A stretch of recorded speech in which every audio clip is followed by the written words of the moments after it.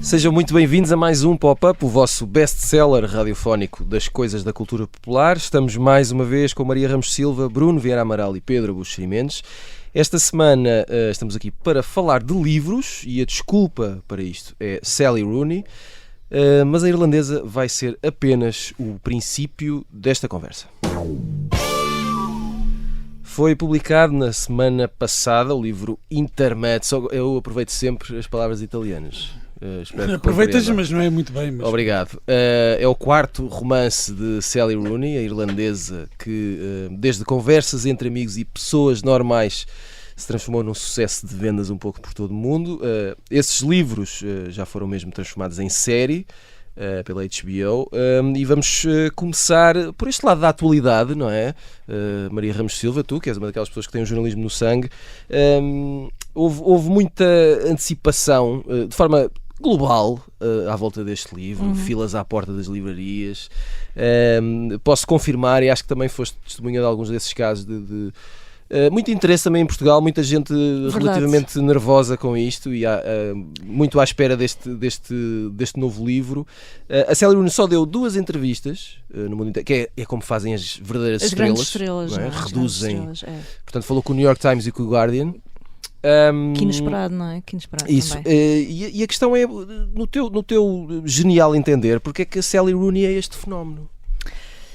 Então, até porque eu lembro-me quando estreou, eu acho que foi o Pessoas Normais, a série. Publicámos aqui um texto, julgo que foi a Susana Romana, nossa cara amiga, vai daqui um cumprimento para ela, a dizer que tinha gostado mais da série do que do livro. Não tinha achado assim um livro nada de especial. É provável, sim.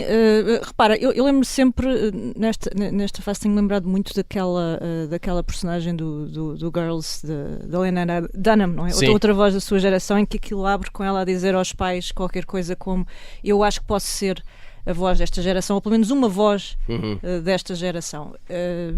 E cada geração tem a sua, elas têm, é curioso, uma diferença de idades que são ali 5 anos, salvo erro, que faz muita diferença neste caso, não é? Consigo perceber que haja um fenómeno como a Sally Rooney, só para enquadrarmos um pouco, que eu acho que sobretudo curioso, é algo que penso que não encontramos muito por cá. A Sally Rooney começa por publicar um ensaio, não é? Numa revista literária em 2015, salvo erro, e uma super agente daquela super agência do famoso chacal do Andrew Wiley lê aquilo, acha que aquilo é interessante, aborda a Sally Rooney e diz-lhe: tem mais coisas, vamos a isso, vamos escrever. Aquilo acaba por ser disputado por 7 publishers, não é? E portanto o resto é aquilo que nós chegamos a ver hoje. Eu em termos, eu juro que dei uma oportunidade de facto à Sally Rooney, foi lendo ali pelo meio de Jorge Luís Borges, o que também não é fácil, fui devorando ali as conferências do 7 Noites do Borges, portanto admito que seja uma concorrência um pouco de peso pesado, desleal, mas a verdade é que te recorda uma coisa que é, de facto, escrever, pelo menos para mim, vai muito para lá daquela transcrição da oralidade, quer dizer, eu percebo que haja ali uma fixação e a reprodução de um conjunto de códigos que são comuns a uma geração e é aquilo que nós falamos e vivemos hoje, não é? Não estou à espera que a Sally Rooney, ou que qualquer Sally Rooney escreva como essa de Queiroz, ou Farmácia com PH, para dar o exemplo mais básico, pode ser. Agora, esperava mais, de facto, portanto, não me surpreende um comentário como esse que tu citavas da Susana, que de repente a série acaba por ser mais interessante. Depois há todo esse outro lado mais pessoal, se quiseres. A Sally Rooney, quando publica esse ensaio, acaba por dizer também: bem, eu arrependo-me um pouco de ter lançado isso, é aquele velho paradoxo, porque de repente saltei do anonimato e depois as pessoas querem saber quem eu sou, e eu depois sou muito paranoica com a minha vida pessoal, e entretanto fui viver para o campo porque não quero ser assediada, quer dizer, como se nós quiséssemos andar atrás da vida da Sally Rooney, do marido que é professor de matemática, quer dizer, não é propriamente a Kim Kardashian, não é? Por mais voz que seja de uma geração, julgo eu. Acho que é a bandeira de uma autoconsciência excessiva que, se quiseres, também parece um pouco disseminada por uma geração ou de pessoas ali na faixa da Sally Rooney. Agora, compreendo perfeitamente que seja, até por este arcabouço à volta de promoção, enfim, divulgação, que esteja completamente na ordem do dia e que interesse uma geração que está muito alinhada também com a forma de pensar e de estar da Sally Rooney, que tem posições, atenção, para quem não gosta de estar muito em evidência, depois acaba por ter posições políticas e sociais que são particularmente fraturantes, não é? Uma pessoa que diz que gosta muito de Jeremy Corbyn, que é marxista assumida, que proibiu a tradução para hebraico dos seus livros. Portanto, para alguém que quer estar só no campo, descansadinho, não é propriamente uma voz em silêncio.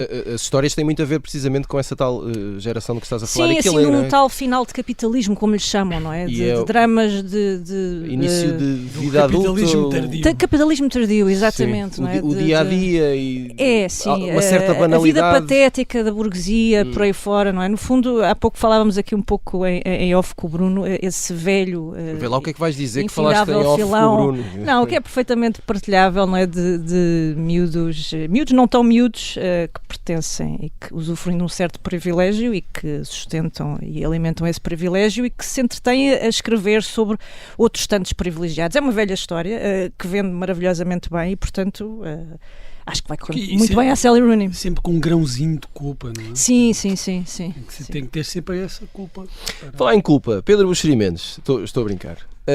Vou partir do princípio que não leste nenhum livro da Sally Rooney, não sei se confirma. Não li, não. Pronto. Ainda bem, porque isso dá-me imenso jeito à minha pergunta, que é, o facto de ser um fenómeno não te deixa curioso? Não é simples razão para ires atrás e tentares perceber o que é que se passa aqui? A Sally Rooney tem 33 anos, pronto, para pôr as coisas, é muito nova e escreveu 4 livros e agora tem muito sucesso. Era a rainha dos debates na escola, portanto, nós não temos isso em Portugal, sim. Pelo menos no ensino público. Portanto, seria uma ótima debatente nos canais de notícias portugueses que privilegiam esse género. Ela é muito boa, sobretudo, nos diálogos. Esta ideia de que da conversa, não é? A questão da maiêutica socrática, não é? Que através da conversa nasce a iluminação e nasce a luz. Portanto, pôr em palavras aquilo que nós sentimos, as nossas angústias, as nossas ambivalências, não é? O início da idade adulta, etc. E ela é também um easy read, não é? Ou seja, é relativamente fácil de ler, não significa que não tenha qualidade, atenção. Portanto, usa o discurso direto, é fácil de ler, os livros não são muito longos, não é? Têm relativamente poucas páginas. Sim.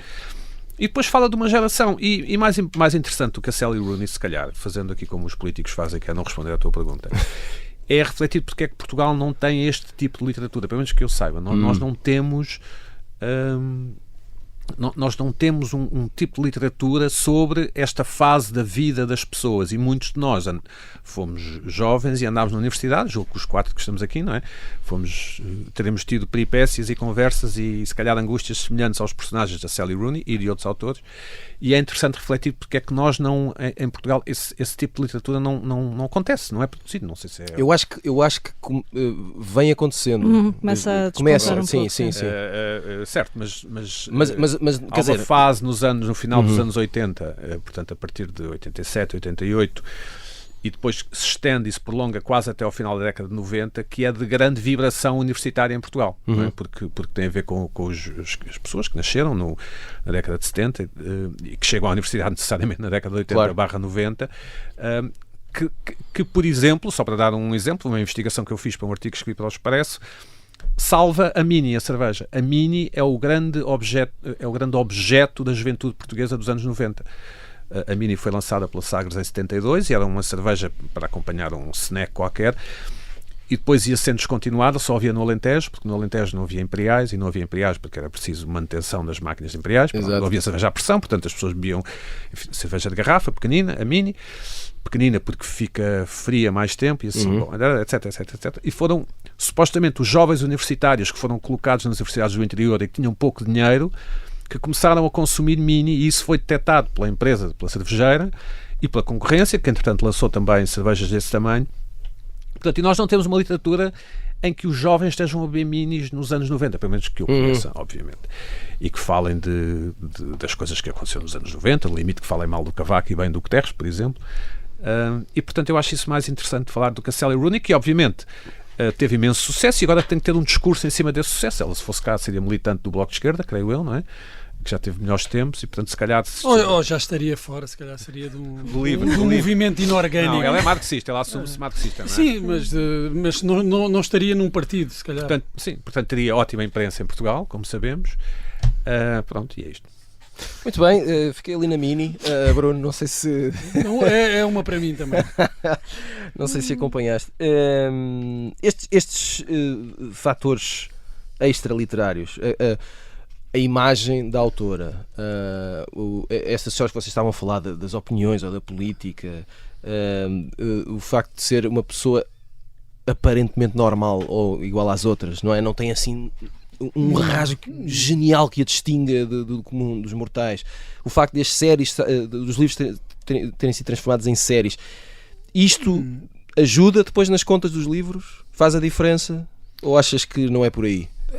É um pouco como o que o Pedro estava a dizer, que é tens de criar um discurso em cima do teu sucesso. E isto, quando um livro tem algum sucesso, um autor tem sucesso, crias toda uma parafernália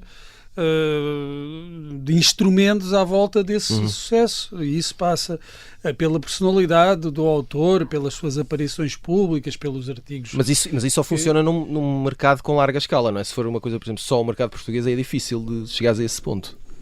Quer dizer, não tem o mesmo alcance e há uma saturação muito mais rápida, mas não acontece só em Portugal, não acontece só com a literatura. Sim, claro.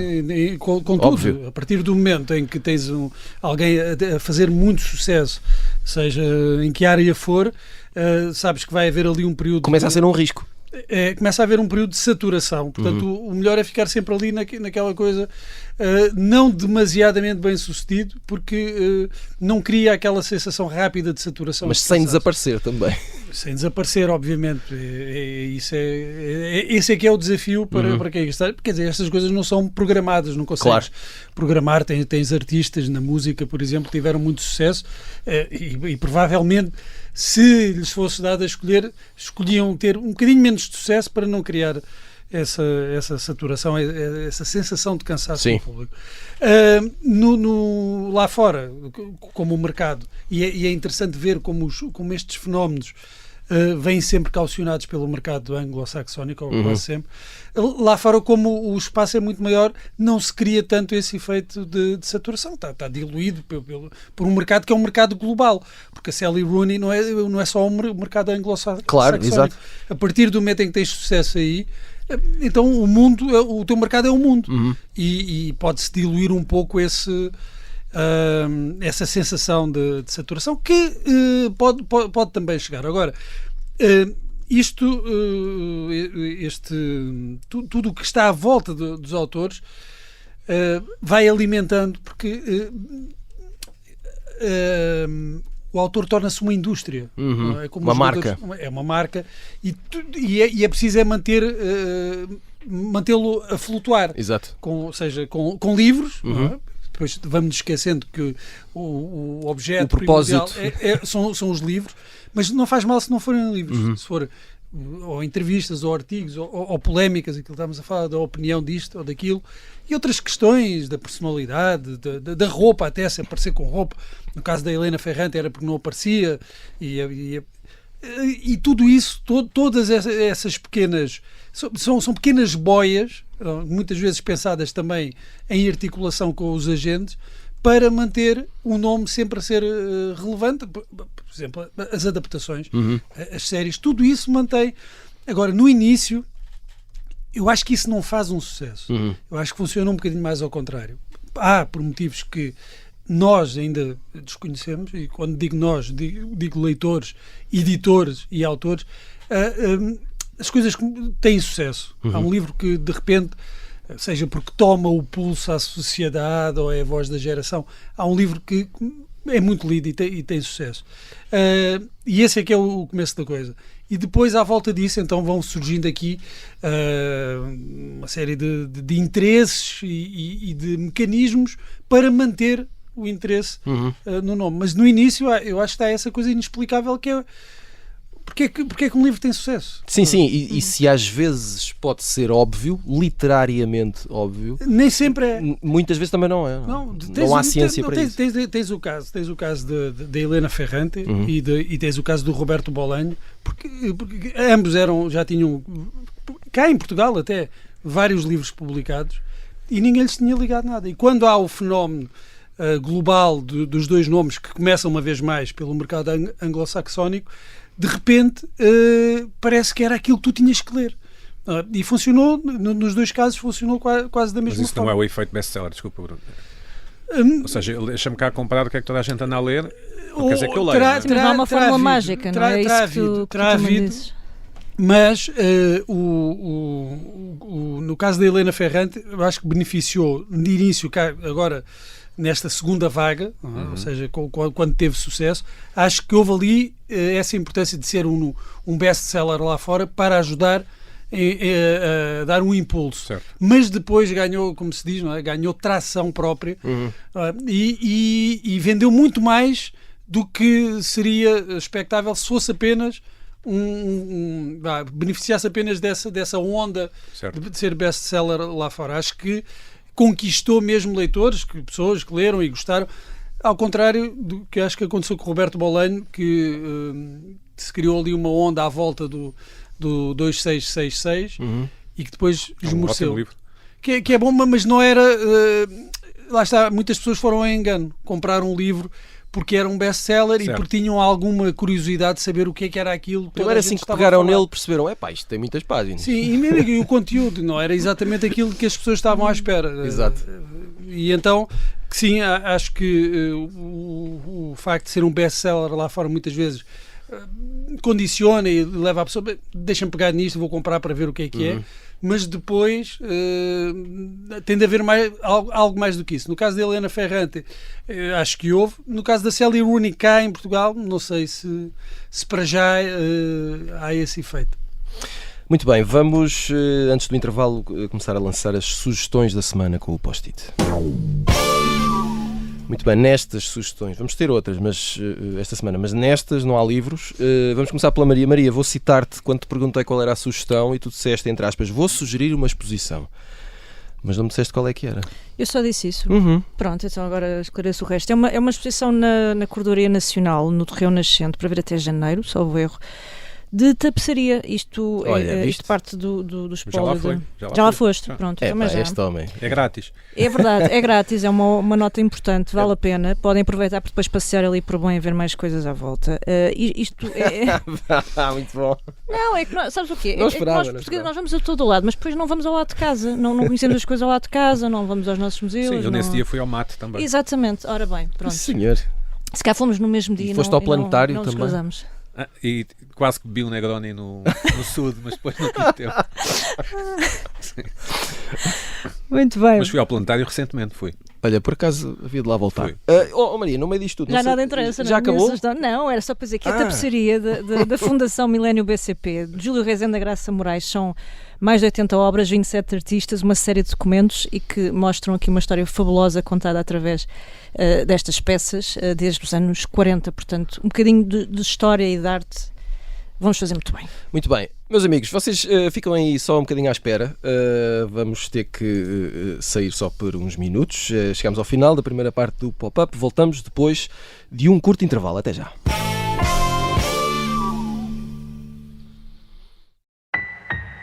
Esta é a história de Vera Lagoa, a mulher mais temida pelos poderosos de todos os regimes. Afrontou Salazar, desafiou os militares de Abril e ridicularizou os que se achavam donos do país. Ela conseguia, numa crónica de costumes, fazer críticas ao regime, veladas. Episódio 1. A bisbilhoteira que faz tremer o país. A Grande Provocadora. É uma série para ouvir em 5 episódios que faz parte dos Podcast Plus do Observador. É narrada por mim, José Mata, com banda sonora original de Molinex. Os assinantes do Observador têm acesso antecipado a todos os episódios desta série. Os Podcast Plus do Observador têm o apoio da Kia. Estamos de regresso ao Pop-Up com Maria Ramos Silva, Bruno Vieira Amaral e Pedro Buxeri Mendes. Vamos dar a voz precisamente a estes dois amigos que ainda não nos deram as sugestões da semana. Pedro, queres falar-nos do documentário Will and Harper, que está na Netflix? Will Ferrell é um ator americano, um comediante americano, do qual eu não gostava e agora gosto imenso. Também conhecido como o baterista dos Red Hot Chili Peppers. Não sei se já reparaste, mas são iguais. Não, por acaso não tinha reparado. É um documentário sobre uma amizade. Portanto, o Will Ferrell recebe um telefonema, eu creio que é um telefonema, ou uma carta, não me lembro bem, acho que é um telefonema, ou uma mensagem, de um antigo amigo que era argumentista no Saturday Night Live, esse programa de humor que existe na América, em que este lhe diz que agora está a fazer a transição para ser mulher e que agora se chama Harper, daí o nome Will and Harper. E então, enfim, lá arranjam uma forma e Will e Harper, que era o amigo David, vão dar uma volta pela América, porque era uma coisa que ele fazia enquanto homem e agora queria saber se era possível fazer enquanto mulher no processo de transição. Eu acho que são estas as palavras certas, não peço desculpa se não forem. É evidente que o documentário é um bocadinho woke, pronto, mas nós, pessoas que não estamos, enfim, a passar por estas coisas, temos que de facto ser confrontadas com estas novas formas de identidade, é que felizmente as pessoas são livres de exercer, portanto, numa chamada sociedade, no espaço público, etc. E pessoalmente, falando por mim, que só posso falar por mim, aprendi algumas coisas sobre não sobre a coisa em si, mas sobre quais são as questões. Por exemplo, David /Harper, porque ela agora quer ser chamada por Harper e tratada pelo pronome feminino, vai a um bar de rednecks americanos e quer saber se sente ameaçado ou não, se lhe vão bater ou não, são trampistas. E pronto, e o Will Ferrell fica cá fora à espera. Para não levar. Exato. Mas tudo isso é bastante interessante de se ver, ou seja, nós acabamos por nos vermos mergulhados na odisseia desta pessoa, que era um homem e que agora se identifica como uma mulher, e é francamente interessante, apesar de ser ligeiramente woke, claro, mas é francamente interessante. Muito bem, na Netflix. Bruno Vieira Amaral, tu queres falar de uma família muito agradável que são os Menendez. Os Menendez, Lyle and Eric Menendez, e mataram os pais. No início, final dos anos 80, início dos anos Está 90. feito. Depois o julgamento também foi transmitido, uma parte do julgamento foi transmitida em direto, tornaram-se estrelas e agora são os protagonistas de uma série produzida, criada pelo Ryan Murphy, que produz super produtor, produz coisas destas em Barda. Esta é para a Netflix, faz parte daquela coleção de Monsters, que já teve a primeira série, foi sobre o Jeffrey Dahmer. Exato. Também foi um grande sucesso. Também foi um grande sucesso. E o Ryan Murphy também já tinha criado o American Crime Story, que tinha, por exemplo, a história do O.J. Simpson, a série de ficção sobre o caso do O.J. Simpson e também da morte do Gianni Versace. E o que eu reparei, ainda não acabei de ver esta série, porque creio que só terá esta temporada, e como é fácil nós vermos estas séries e depois começarmos a perceber ali uma certa formatação, para se defender preventivamente disso, o Ryan Murphy procura aqui introduzir alguns elementos narrativos diferentes para que não se confunda tudo isto e o espectador não fique a pensar, bem, isto aqui ele encontrou uma fórmula, pega num caso real, dá-lhe aqui um tratamento ficcional e está tudo a andar. E eu acho que essa é a parte engraçada da forma como ele vai diferenciando, fazendo parte do mesmo conjunto, vão diferenciando estes objetos.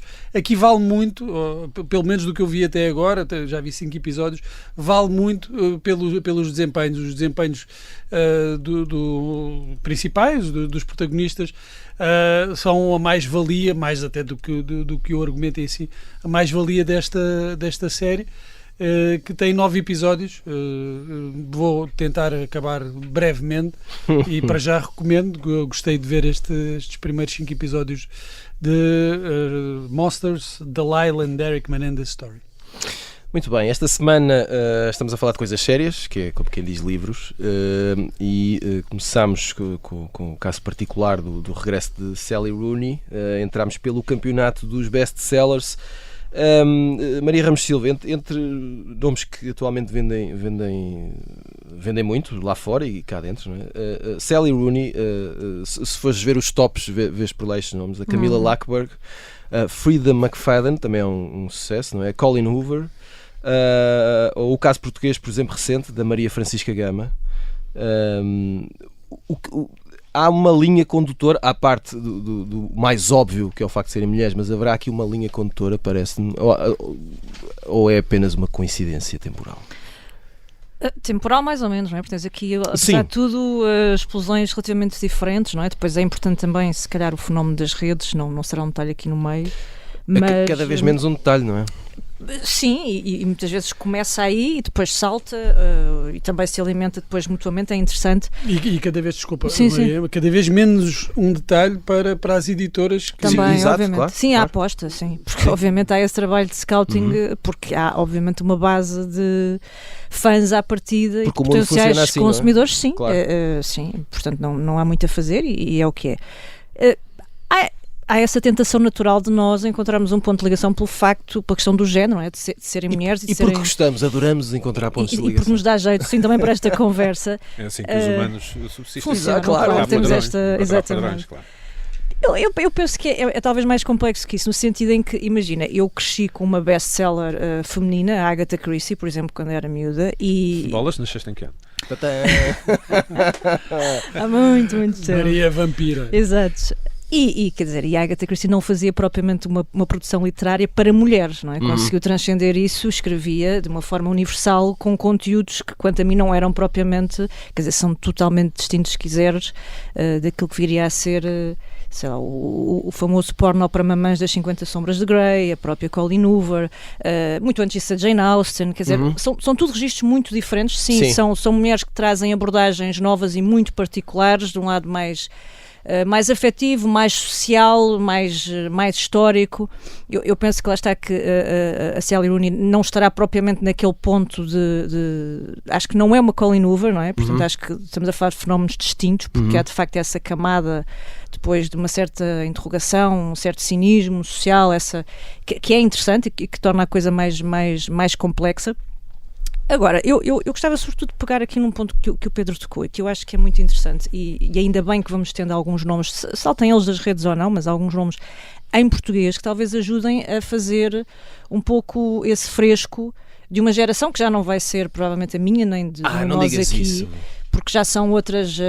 há umas coisas tocam sempre, não é? Mas depois há outras perplexidades que são constantes a todas as gerações, mas depois o retrato também de uma cidade e de um país que já será necessariamente outro.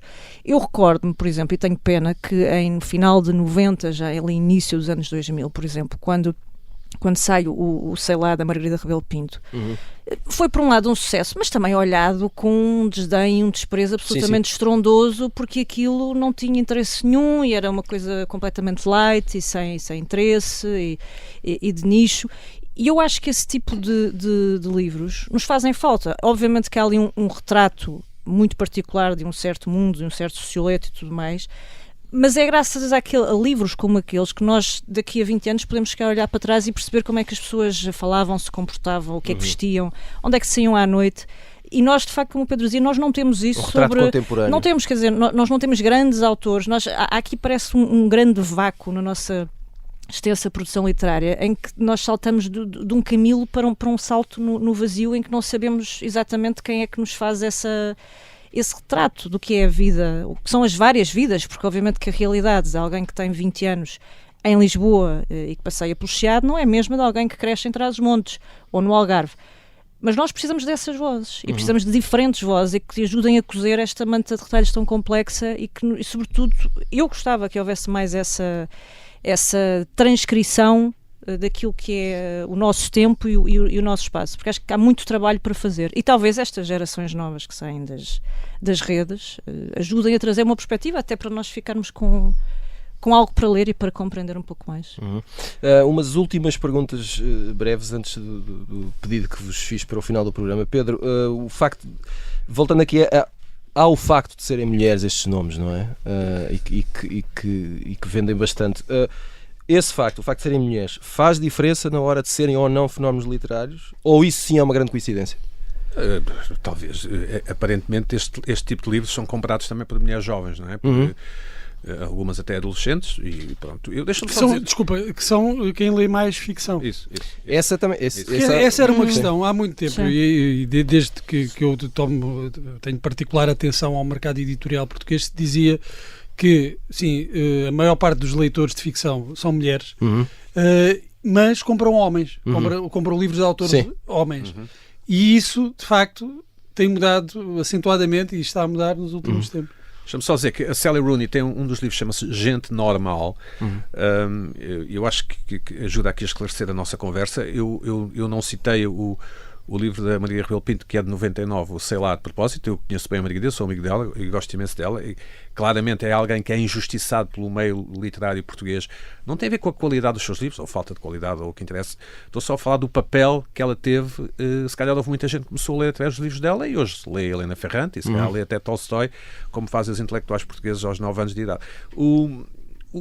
Mas os livros da Maria Rebelo Pinto têm uma strata social, portanto, diferente, não é?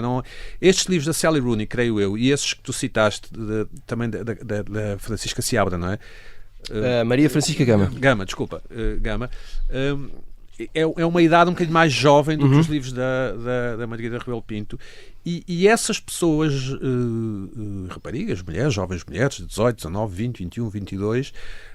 hoje tem um acesso ao mundo inteiro, não é? Portanto, mesmo que viva em Vila Pouca da Guiar, digamos assim, se vivesse lá há 30, 40 anos, teria que sair de lá para ver o mundo. Agora, através das redes sociais e na internet, pode ver o mundo e no limite, pode mandar vir estes livros de um dia para o outro, não é?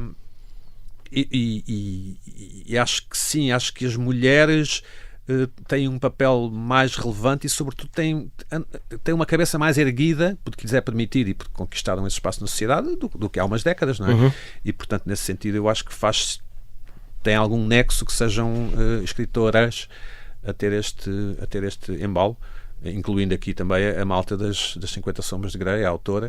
E esta Frida, não sei quantas, que é uma médica, era alguém que escrevia para os seus fãs online e foi descoberta por uma editora que agora está a vomitar os seus livros cá por fora, cada um pior que o anterior, mas pronto, mas quem sou eu? Mas eles aí estão.